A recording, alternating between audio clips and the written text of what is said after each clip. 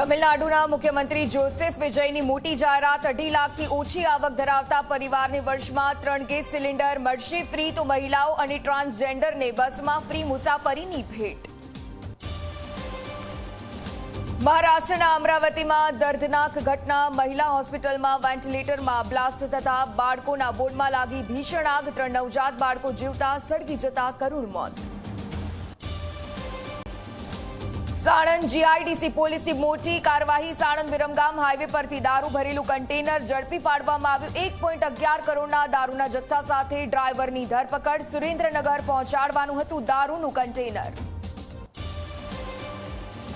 રાજ્યમાં હજુ પણ સારા વરસાદના કોઈ વાવડ નથી। આગામી 6 દિવસ ભારે વરસાદની સંભાવના નથી વર્તાઈ। વરસાદ ખેંચાતા ખેડૂતોમાં ભારે ચિંતા। પાવન શ્રાવણ માસનો બીજો સોમવાર। સોમનાથ સહિત રાજ્યભરના શિવ મંદિરોમાં ભક્તોની ભારે ભીડ। હર હર મહાદેવના નાદથી ગુંજ્યા શિવધામ।